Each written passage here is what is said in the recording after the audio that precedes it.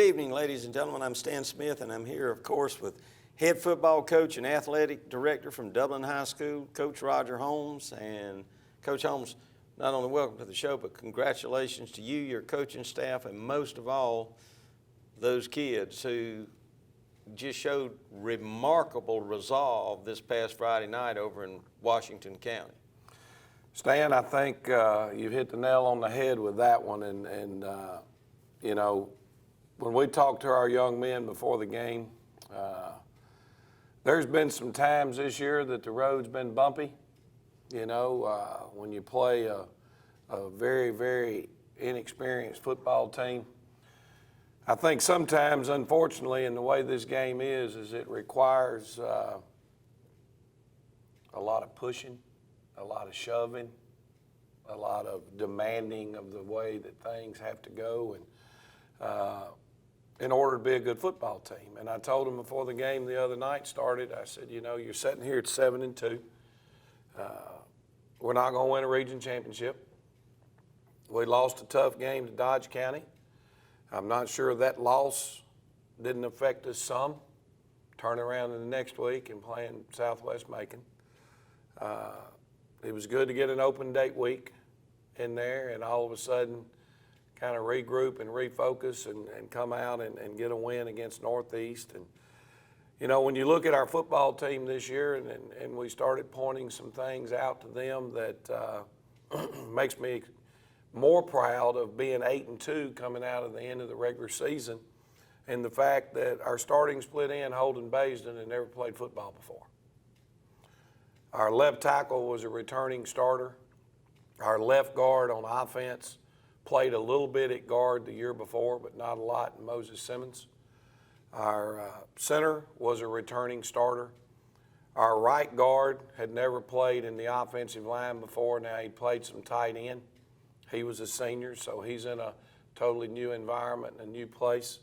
Our right tackle had only played football for 2 years and probably didn't play 30 snaps the year before on the offensive side of the ball, and Bruce Guyton. Our tight end played offensive tackle the year before. We moved him over to tight end. Eric Roberson, the right wing back, probably had 10 carries total the season before. Our fullback was new to Dublin, and Israel Phillips, and was actually a backup running back, I think, in Wheeler County. Ramon Pittman was a quarterback the year before, and he'd moved to running back. And then when you look at quarterback, you had a sophomore that probably didn't get 4 varsity snaps his freshman year. To win 8 games with a group on offense that had that little experience is a testament to these young men's ability to learn, listen, take a game plan, go commit. Then you look at the kicking game. I think it's an area we've done extremely well in. There are 3 phases to the kicking game, or 3 parts to the PAT field goals. Number 1, Nick Sumner, our long snapper, had not snapped a ball in a varsity game going into this season. Holden Baisden, the first-year player, is the holder. And then our place kicker, Bryce Watson, had never played football before, and he had a phenomenal year. That's kind of neat that such an inexperienced group was the difference in a lot of our success through the course of the year. You jump over to the defensive side. You've got Tyler Strickland, a sophomore, who played very, very little as a freshman in the secondary. Eric Roberson was not a factor the year before in the secondary. We lose our free safety in Montarian Carswell, and our free safety the other night didn't play football the year before, and Calvin Travick. Then Holden Baisden, again in the secondary, had never played football. Bruce Guyton was returning and had a lot of work at defensive end along with Moses Simmons. Then the other night, the game against Washington County, 2 freshmen started at defensive tackle, Barrick Wadley and Jaquez Evans. We had Jermaine Cooley, only a sophomore, but was returning with a lot of experience at linebacker. Isaac Phillips comes in, moves in his senior year. He's playing the Mike linebacker. And so at the end of the day, when you took the experience of this football team, it's kind of amazing that they go in and are able to do what they did at Washington County walk out 8-2, getting ready for the playoffs. I think we played a very competitive schedule. 6 teams on our schedule are in the state playoffs. 3 that aren't are teams you have to play because they are region games and they didn't make the playoffs. You know, now it's tough. You go 8-2 and you finish number 4 in your region, and we've got a tough road to hoe. Well, Coach, I was thinking about that yesterday. Going 8-2 and finishing number 4. It's almost mathematically impossible, isn't it? It truly is. But at the beginning of the season, my thoughts were Dodge is better than they appeared in that first game, and they've come on pretty strong. And then, of course, one of Southwest, may have been their first game, they played Westside High School in Macon, Georgia, who's never lost to another Macon team, and they beat them. So you knew that there was something in this region. And, of course, Washington County, a perennial power wherever they are. So it may be that you're in a pretty strong region for those top-tier teams that you have in this region. And we're going to find out this coming Friday night when you travel to Fitzgerald. Well, when you take our region as a whole, Dodge County, you know, they went over, and West Lawrence is a 2 seed in the 4A region. And Dodge County was one of West Lawrence's 4 losses. And Dodge, you know, I think is a good football team. There's no question about it. As you mentioned, Southwest Macon, the win itself over Westside says a lot. And also, they were able to beat Dodge and beat Dublin. So I think a good football team.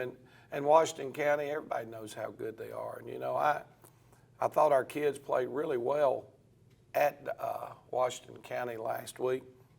Offensively for us, it was a very solid performance. Our quarterback threw for over 100 yards, which needed to happen because they gambled a lot. That was their style and their nature, and that they're going to line up and they're going to play you in man coverage.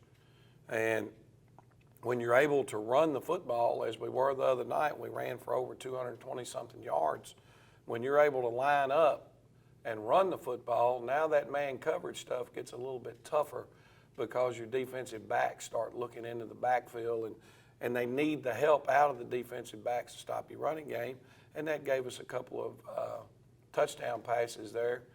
We went down 14-0. You know, we were behind 14-0, and I was extremely proud of our football team in the sense that we didn't panic. You know, we didn't get all upset. We didn't panic. And I don't know, maybe 2 series later, it's 14-14, and we're back in the game. Now, I think a lot of credit goes to Washington County because not only were we down 14 and we tied it up, we went up 14 with, 4 minutes to go in the game. And they rallied back, made some, one play was pretty frustrating. They threw a hitch screen out there, and we missed a tackle, and the safety didn't get down in the alley, and they go 65 yards to score. And then the last drive, you know, I think you credit their quarterback there. Jake Helton made a tremendous throw on 4th down into the corner of the end zone. We got beat in man coverage. The kid made a great catch. It was a tremendous throw. They come within 1 point. Line up, and Dublin, as extra points have been huge for us this year.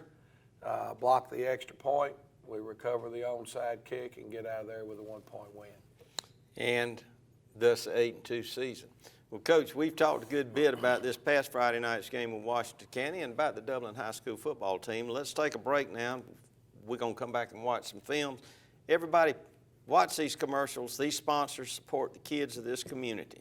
And we'll be right back.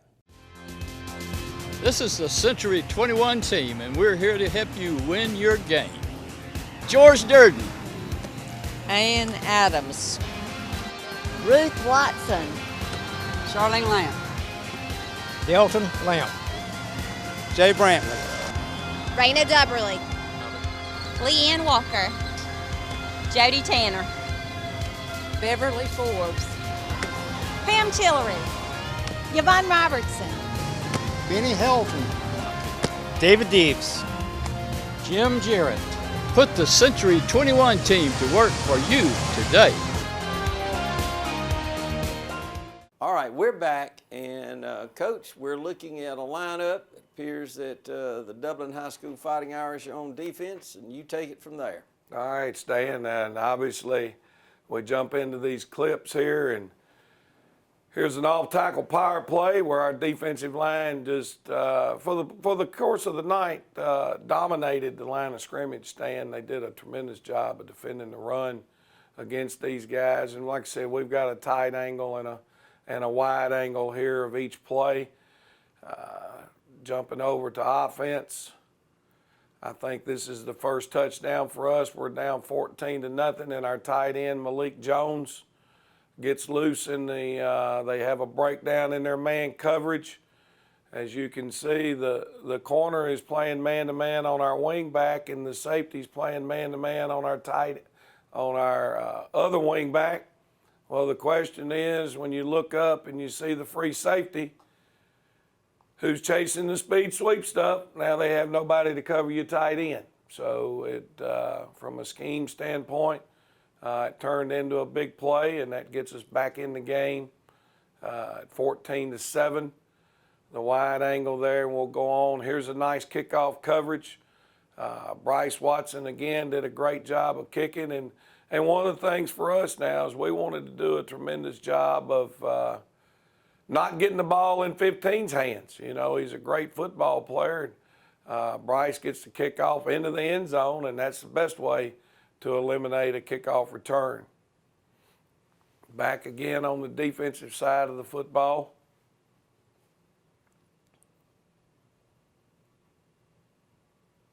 Here comes their counter play. You see our defensive end doing a good job of what we call the spill technique, going underneath the puller, trying to make it bounce, and if you execute it properly, we should have a guy left on our edge of our defense unblocked. And that's exactly the way that, that our kids fit it. Tremendous job there.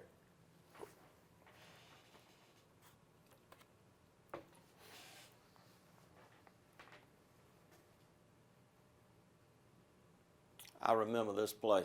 This is a huge play. It was a linebacker blitz that we put in specifically for this game and their formations, and it's one that we had not used up to this point, and it opened up great. You know, we felt like that getting pressure on a sophomore quarterback could be big, and we did a good job with that.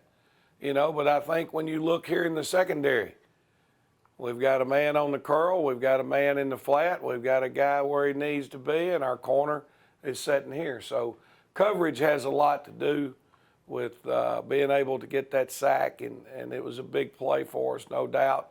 And then we went into the game, we felt like pressure on their punter would be big, because when people had not rushed him, he averaged 40 yards a punt. But when you put pressure on him, he'd average 23 yards a punt. So we went into the game thinking that pressure was the answer, and we get a big situation on that one. Well, Stan, here's another one of those plays where we're able to take advantage of their man coverage scheme and get a guy open down the seam. And that tied the game back up 14-14 and kind of got us off and going a little bit.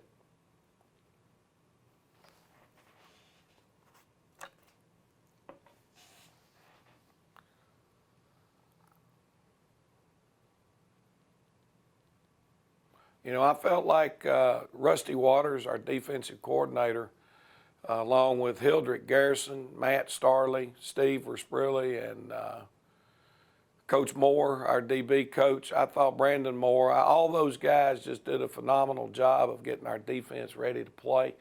I think they deserve a tremendous amount of credit for being able to get out of the house of pain with a win.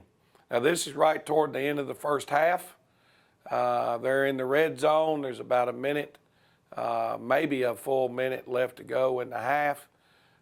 We come with a blitz, and man coverage outside, tried to disguise it a little bit. A great call by our defensive coordinator again, Rusty Waters. They're trying to get one in, and we hit them with the right play call. Forced them to use their last timeout. You can see on the clock there's like 49 seconds left in the half. We get out with a stop. And now we're in the third quarter. Again, we're trying to lock it up man and bring a little pressure on the quarterback, force him to get the ball out quick, and the great job by Malik Jones getting his hands up and batting the ball down. And Malik Jones had a very good game the other night. He had a heck of a game, and very proud of his efforts. Here's a punting situation. Bryce Watson makes the punt. We don't do a great job with our corner. Our pressure guy here runs by, and when he runs by, he don't keep his eye on the return guy. Essentially, all he's got to do is go block this guy. Well, they tried to turn it into a big play, and our guy recovered beautifully, knocks the ball out, gave us field position, but unfortunately, we weren't able to get points out of that drive. Missed a field goal. It was a long field goal attempt, and it was a little bit low, and we actually got it blocked. Now they're in their Wildcat package. They took Helton out, who's not necessarily a runner, put their running back, and it was really good to see. Our kids recognized it immediately. Look, you see him pointing and saying, hey, Wildcat now, the quarterback's out here. So they were able to recognize and know that chances of them throwing the football in that situation were not very good. You know, we went into the game, and Ramon Pittman was only at about 70%. He was beat up and banged up. Greg Jones came in at running back for us on this drive. Did a great job of running the off tackle. Well, we get everybody cheating over to where we've been pounding the football. If you look, they've got them all over here now, and it gave us opportunity to run the reverse back to the wide side of the field, and Tyler Strickland does a good job of making somebody miss and getting the end zone. So big play for us on that one. Now it's back in the hands of our defense again.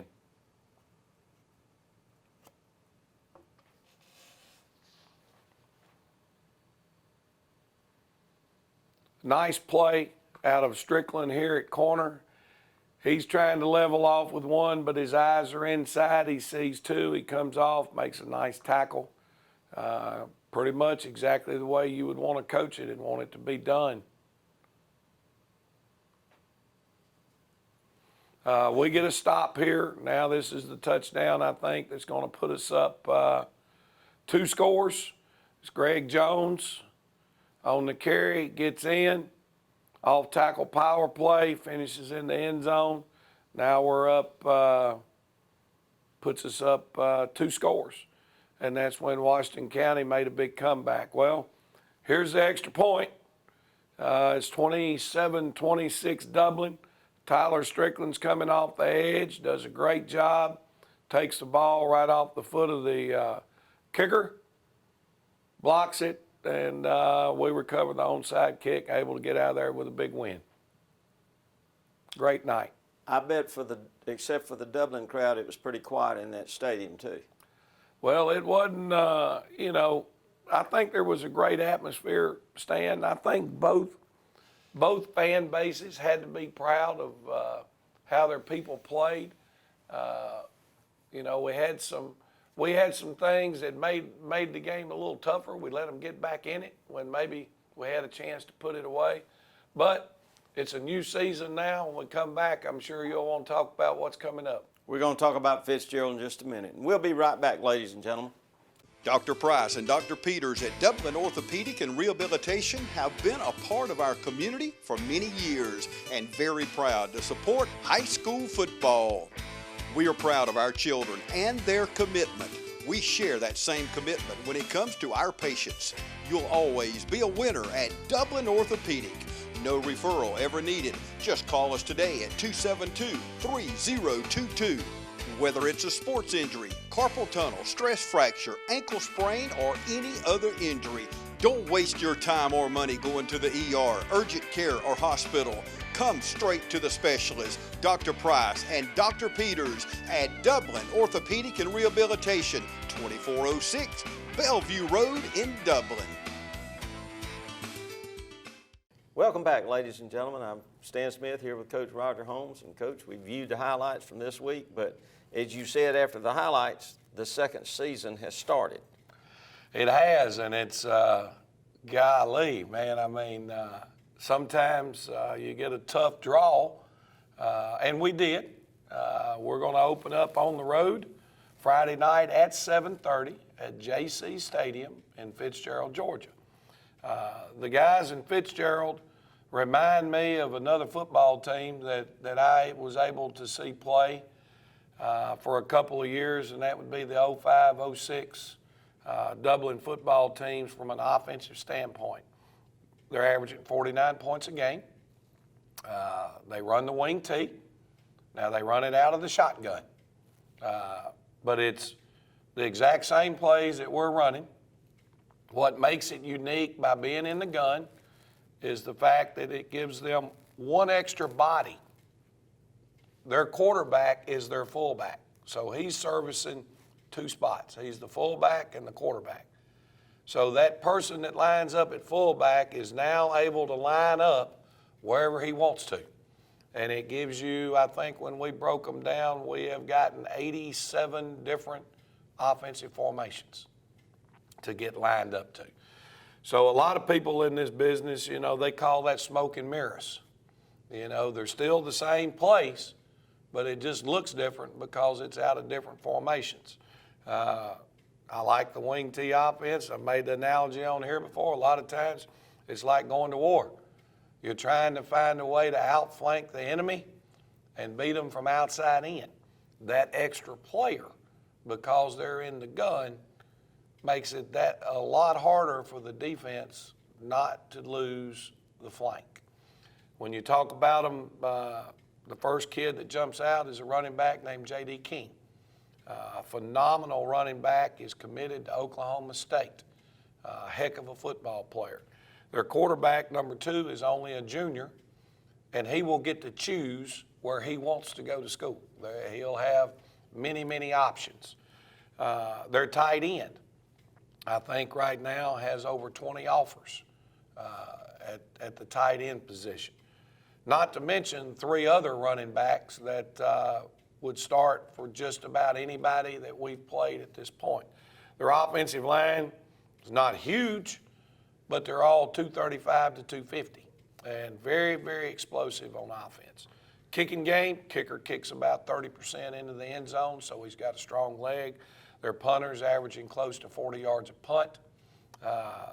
So in that area, another dominance. Defensively, they've given up some yards, but they haven't given up a lot of points. Now, they're giving up 15 points a game. A few of those have been kickoff returns. I think there was a punt return. Some of those points have been when their backups have been in the game. So for us to have any success at Fitzgerald, the reality of it is our best defense is going to have to be our offense. We're going to have to find ways to move the football. We need to stay out of 3rd and long. We need the ability to pick up first downs. You know, the best night, some nights you'd like to go out and get 3 80-yard touchdown runs. I don't know that that's to our advantage Friday night. 4 yards in a cloud of dust might be our best way of having a chance to go in and upset Fitzgerald. Now, you know, we've tried to talk to our young men. We're a decided underdog by, I guess, people in the press and people across the state who've never watched either team play. But they have their opinions based on scores and what you look at. Now, 2 or 3 examples that I've given these young men that our fans would certainly understand is, number 1, a 2005 football team in Dublin. It was very dominant. And Cook County came up here And upset them. And beat us. And played a good game on Cook's part, and we didn't play bad. Cook just made 3 or 4 plays that night that were the difference in that game. I think 2004, we were in the same boat we're in right now. We had a great season. It was 8-2 or 9-1, but we were in a subdivided region, and we ended up a 4 seed having to travel. Our football team goes then to Fitzgerald, who I think may have been ranked number 1. I know they were in the top 3, and beat Fitzgerald there. Went on the road the next week and wasn't supposed to have a chance, and beat Calhoun up there. And so you have to play the game. You know, you got to line up, you got to block people, you got to tackle people, and we're excited to have the opportunity. And I think our young men are going to play their hearts out, and we'll see. Hopefully, when we get back in here next Wednesday, we're talking about who we're going to play the next week instead of recapping the season. Well, I look forward to that being the case, Coach. But, folks, 7:30, I think, at JC Stadium in Fitzgerald, Georgia. A lot of good places to eat. Take your family down. Go see a good night of football and support these kids. They've given so much this year. And we'll see you next Wednesday.